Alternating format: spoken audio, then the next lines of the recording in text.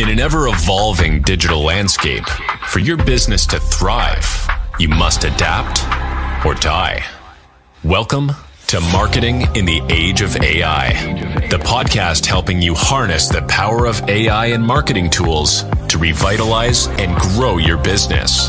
And now here's your host, marketing expert and author of Authentic Marketing in the Age of AI, Emmanuel Rose.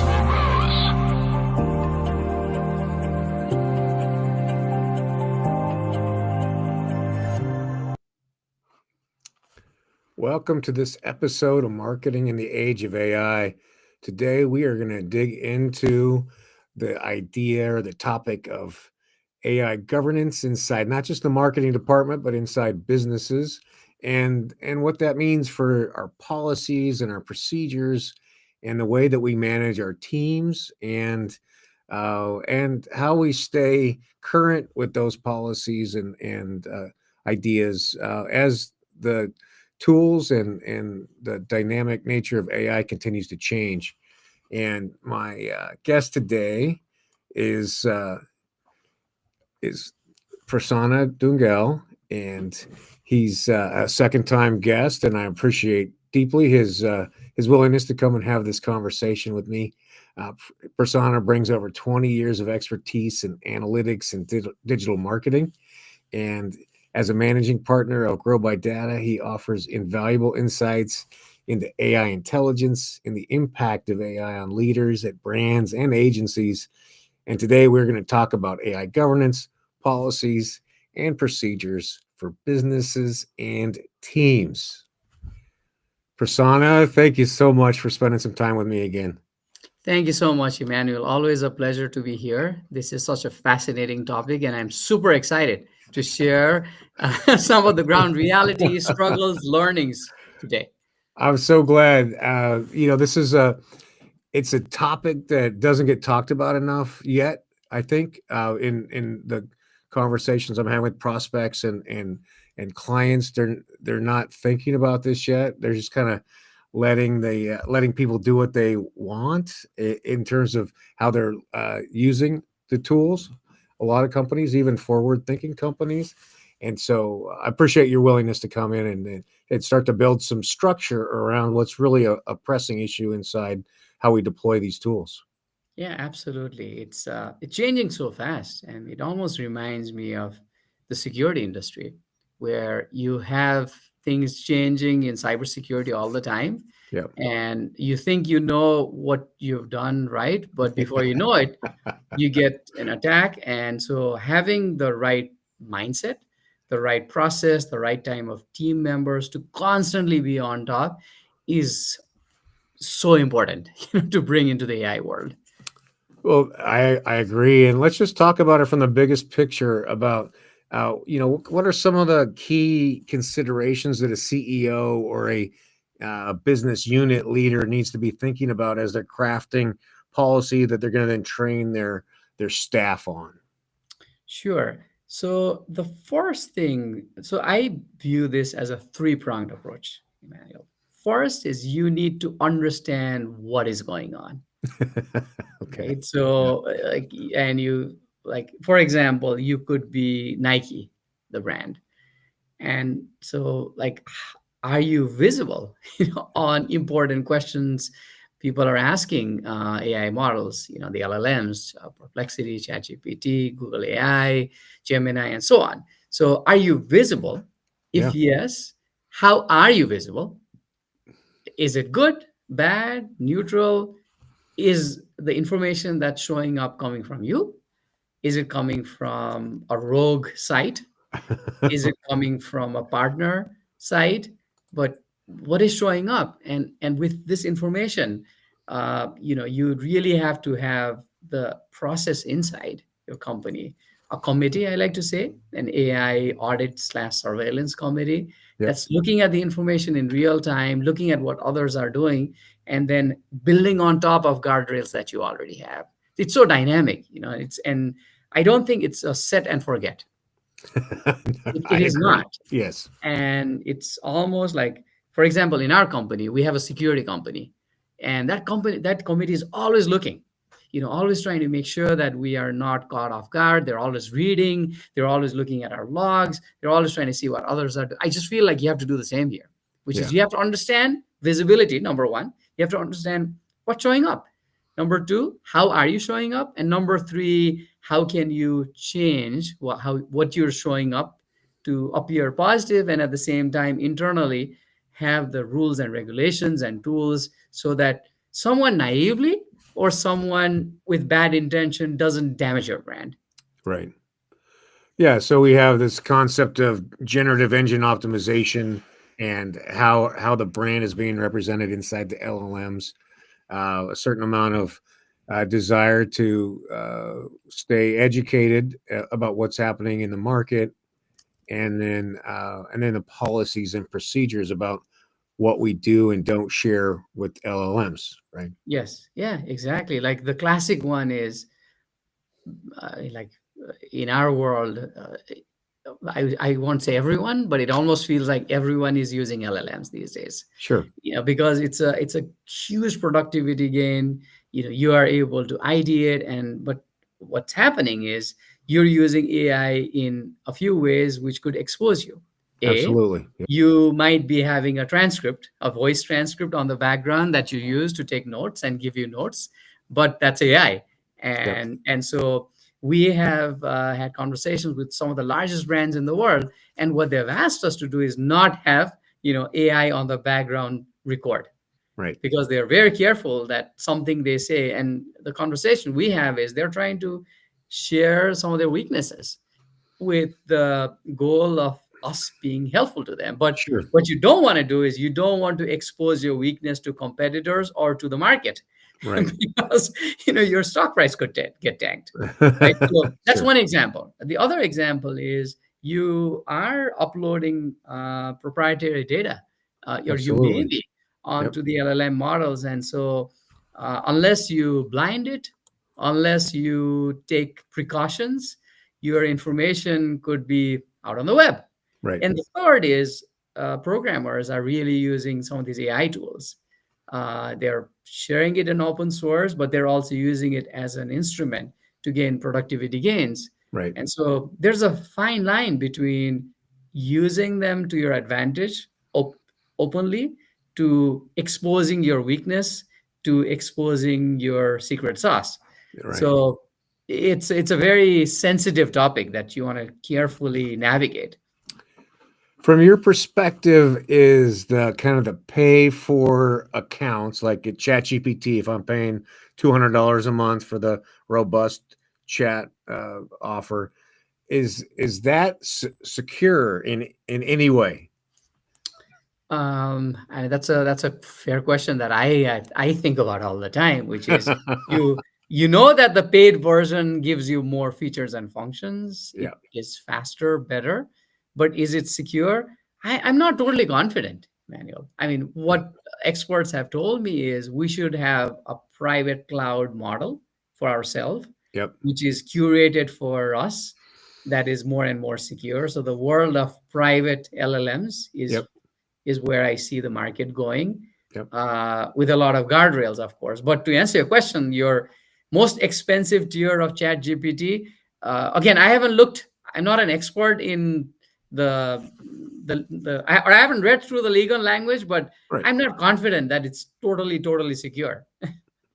So even inside password protected environments, it's still a best practice to scrub and anonymize the data, or anonymize things as much as possible, and still get an output that's valuable. Is that what you're saying?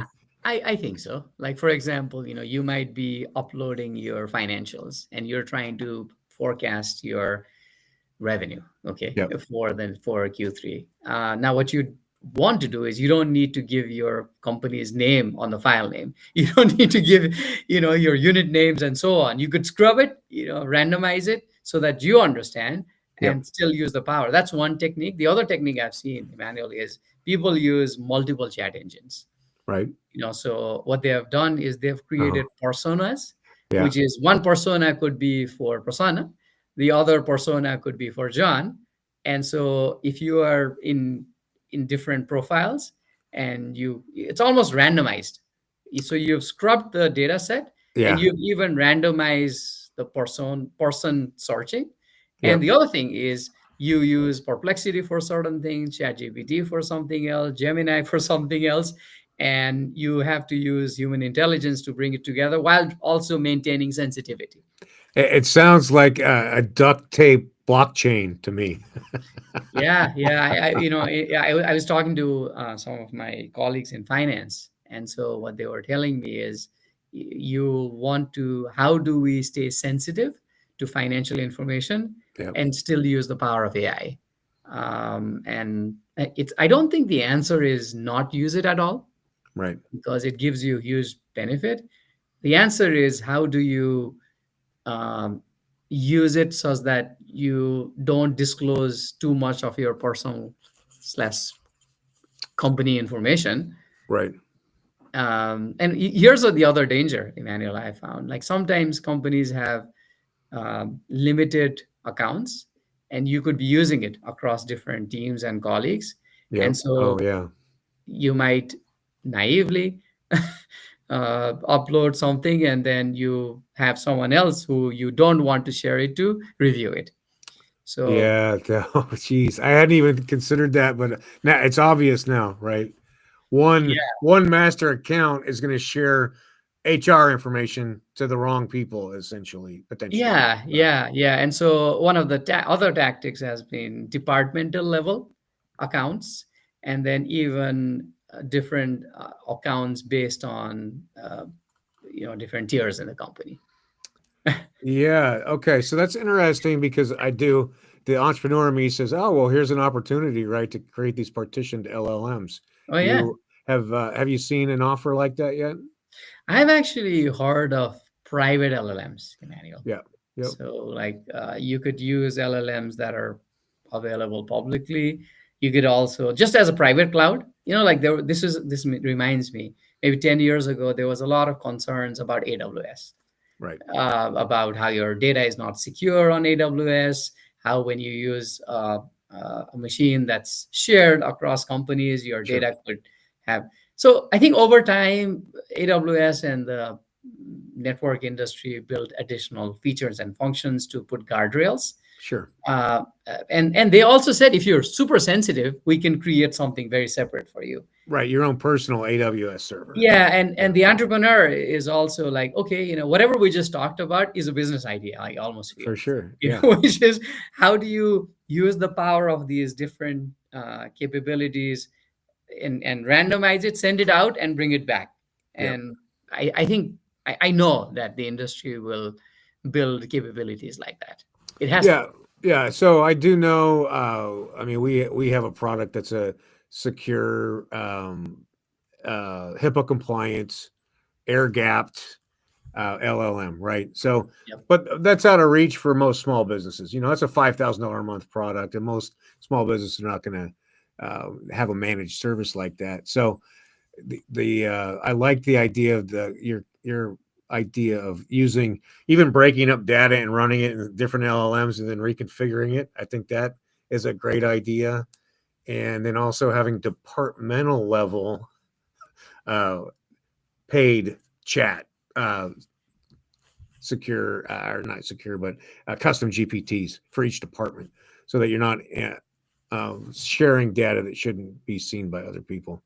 So nice. Yeah. And the other thing I've learned is the LLM learns about you and your preferences. Yep. And the more it knows about you, the answers get better and better. But if it is like folks in very different departments at different skill levels that are using the same, you diminish the power of personalized LLMs, because you might be asking very different questions than I am asking. And so if Absolutely. we're using the same, then yes, it's super helpful, but I feel like sometimes it limits how deep it could be trained for you specifically.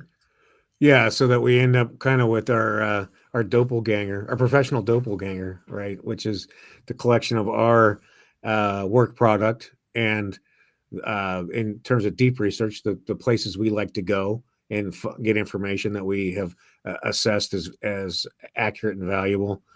And so that's one version, and then there's a departmental version that needs to be built, so I have access to the other work product from my colleagues, but then partitioned from other departments potentially.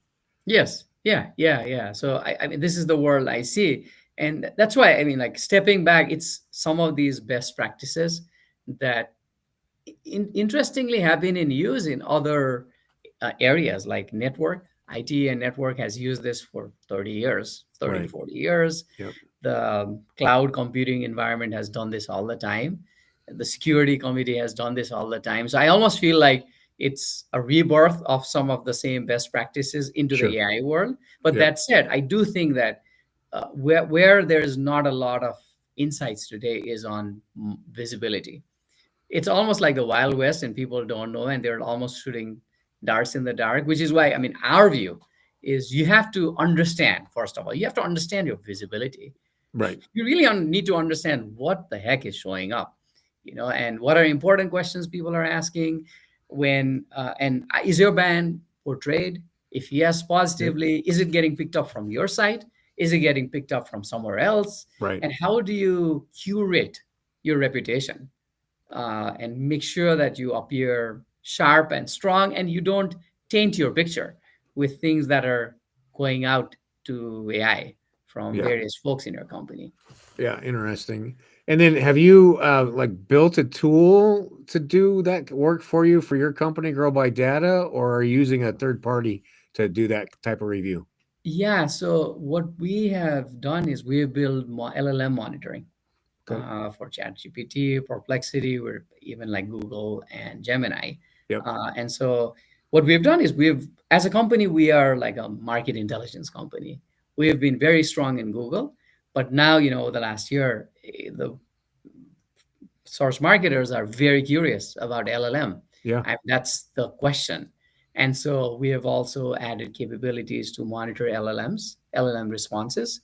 And we're saying, hey, here's the 800-pound gorilla Google. Here's what it's saying. Yeah. Here's what ChatGPT is saying. And it's interesting. Here's a lot of similarity between the two platforms. Here's where the information is coming from on ChatGPT. Yeah. It's coming from your site or it's coming from an affiliate site. And here's how you're getting terrible reviews.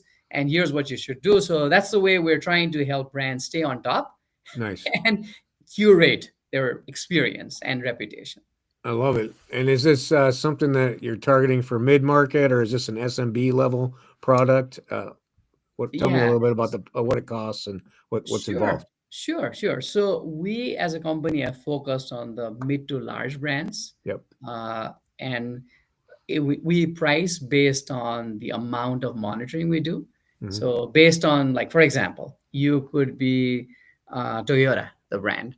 And so what you want to do is you say, like, what are my top markets for Toyota?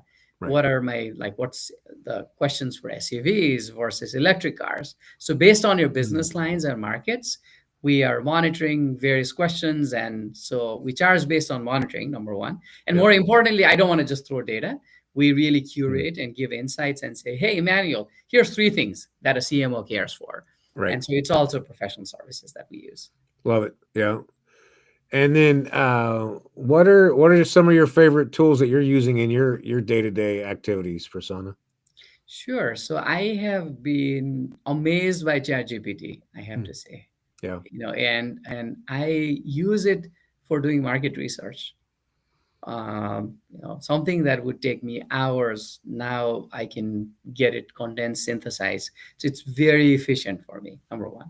Number two, it's good for giving ideas. Yeah. Sometimes you're sitting around and wondering, right? Yeah, and so the beauty of having colleagues that you can bounce off ideas, I just felt like it's also a great platform to get ideas. So I've been super amazed by ChatGPT. I've also been actively looking at Google Gemini, Uh-huh. and really like exploring how the Google LLMs will now be folded, how Gemini is going to be coming into the core. So it's really like, I would say, ChatGPT and then Google that I'm closely looking. And then tangentially, I know our team also looks at code assisting tools, Manuel. Yeah. So we have a lot of software developers and just them using, so the data scientists and programmers use a lot of boutique tools for Sure. coding. Yeah. That's also another area that I've been excited about. That's interesting. Yeah, I've really enjoyed the lovable and the replit. For Mm, me, I've been able to. I built an MVP on those, and then I pushed them to the smart guys to finish it up. okay. But it's amazing how much work I could get done in terms of just user experience and all the bells and whistles that I wanted in the software, and then being able to push it over and have the coders do it. Yeah, yeah. And, I've also liked some of the apps that are available in ChatGPT. It's Yeah, like specialized by different verticals. So they also, do a lot. And what we do as a company is we access the APIs right. of the LLMs. And so I've been amazed by conversational AI. So what was Yeah, historically like a BI product, you have to go yeah, in, you have to select 5 different buttons, Emmanuel, and sometimes like figure out what the heck is going on. Where are the gaps and opportunities? You just ask a question and he'll summarize it for you. That's a game changer. yeah. Wow. I mean, I just save so much time. Indeed. What about custom GPTs inside your what you're doing? Have you built some customs for yourself?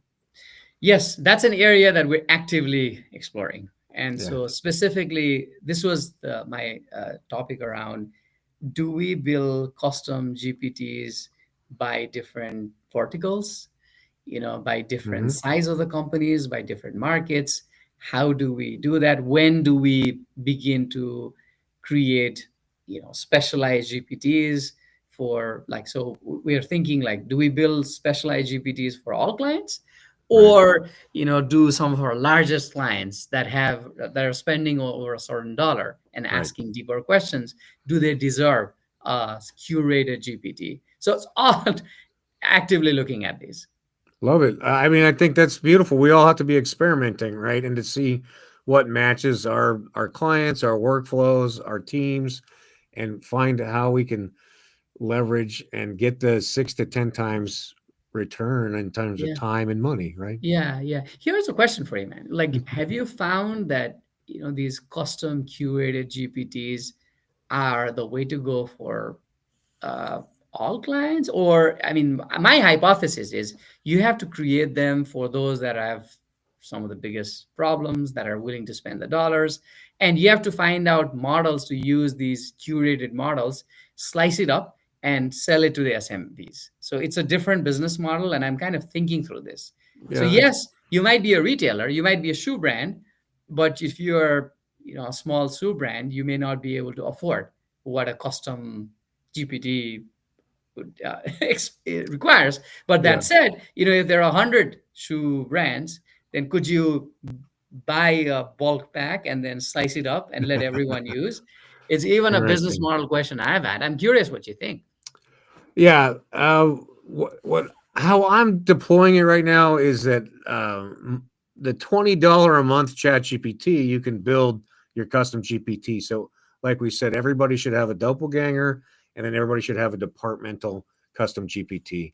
And then there really needs to be one big brain for the whole company that is accessed by everybody. So, for for most companies, $100 to $200 a month, they're going to be able to build out an initial custom GPT environment.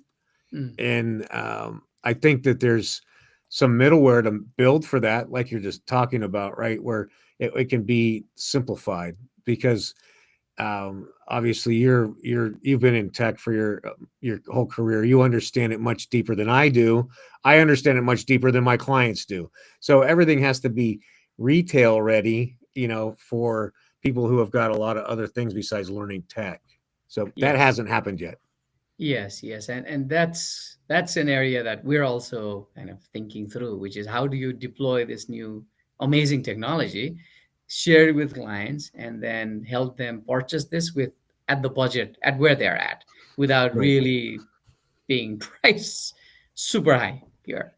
Yeah, and so from my perspective, obviously the easiest way to implement is into the marketing department. I can take what I've already done with my agency, push that into a marketing department. They can get immediate value week one. Yes. Once we see that ROI for a client, then they're willing to do it in other departments because they can see the leverage. Yes, yes. Yeah, we work with marketing folks all the time, and you're right. Some of the blocking and tackling, especially on search marketing, for example, which would require hours or Excel and this tool, or even like this is why I think conversational AI is so interesting. Like, your historical tools require you to sit down and drill. Right. And I know our marketers are overwhelmed with data, they're Yeah. overwhelmed with tools.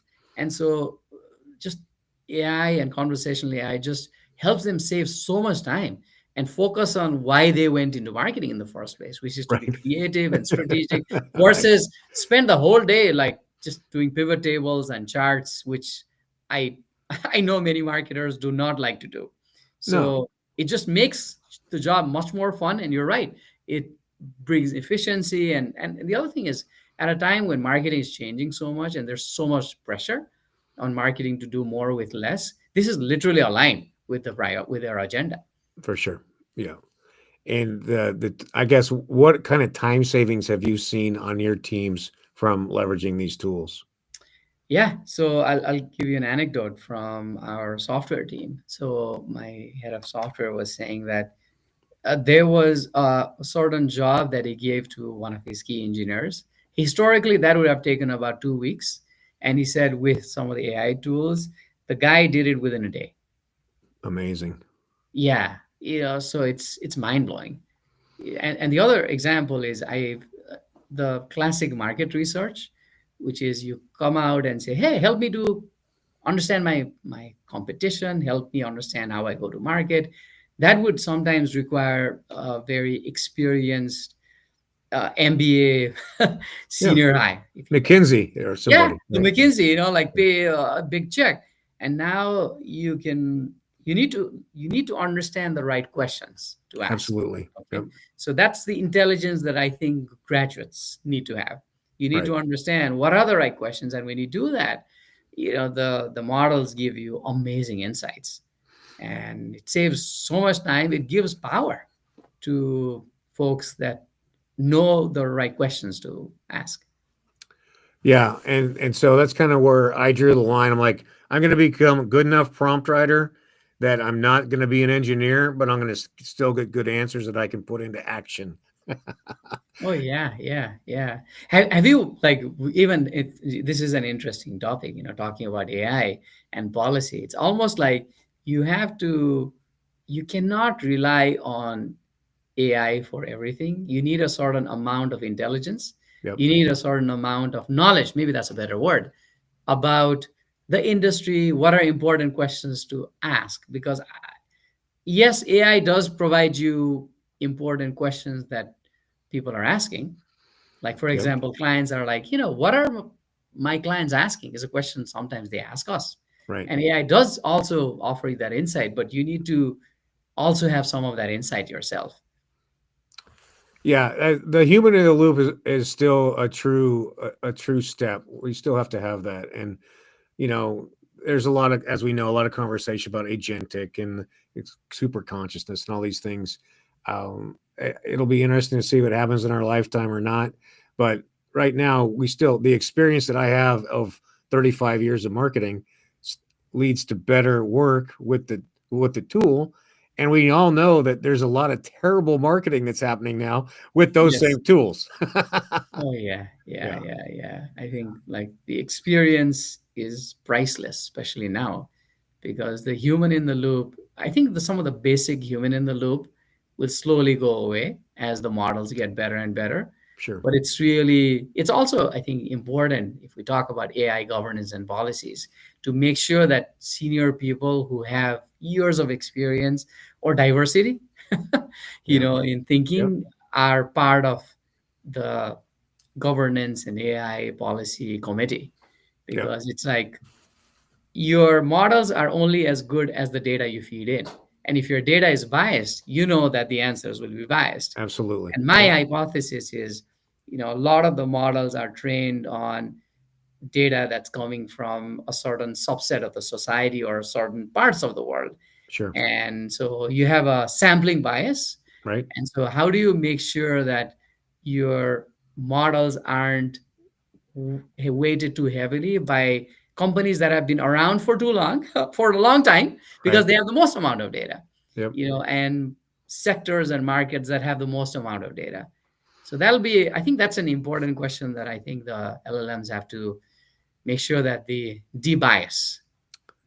And that, I think you bring up a great point, in that we all have to remain critical thinkers and make sure that that we're testing the answers, and that we're using different LLMs to validate good answers or not good answers, right? Yeah, let them compete, and then we act as the quarterback, and then we ask different kinds of questions, different models, test it in different ways, stress test it so that we can make the judgment call. Yeah. Well, Prasanna, I really appreciate this conversation. I'm very thankful for your time today. Thank you so much for wandering around in this conversation with me. I always enjoy talking to you. Yeah, this is a fascinating topic. This is something that we're working on all the time. Clients are asking, so I'm happy to be helpful, and I know we're all learning.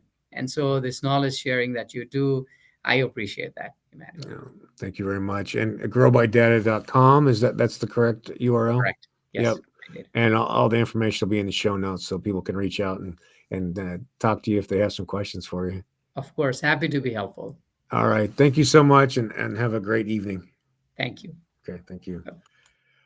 I hope that this conversation on governance, on policies, procedures, paying attention to how the LLMs are representing your company, and monitoring that in some way, so that you have an idea of how you're showing up. I hope that is helpful to you. Also, this idea that you can take a 2-week project and boil it down into 1 day is amazing leverage. And it's not just in coding that this happens. It happens for us in marketing, on lots of different projects, and whatever your job function is, it will help you as well. So I hope that you take some time to find a tool that can help you, or a project, and test it in one of the LLMs, and that with the time you save, that you spend that time educating yourself, upskilling, or spending it with your friends and family, or getting outside and going out into nature. It's Emmanuel Rose, Marketing in the Age of AI. Thanks for listening to Marketing in the Age of AI. Be sure to subscribe wherever you heard this podcast so you never miss a future episode. Your copy of Authentic Marketing in the Age of AI is available at Amazon.com or EmmanuelRose.com. You can also connect with Emmanuel on LinkedIn. Thanks again for listening, and we'll see you next time.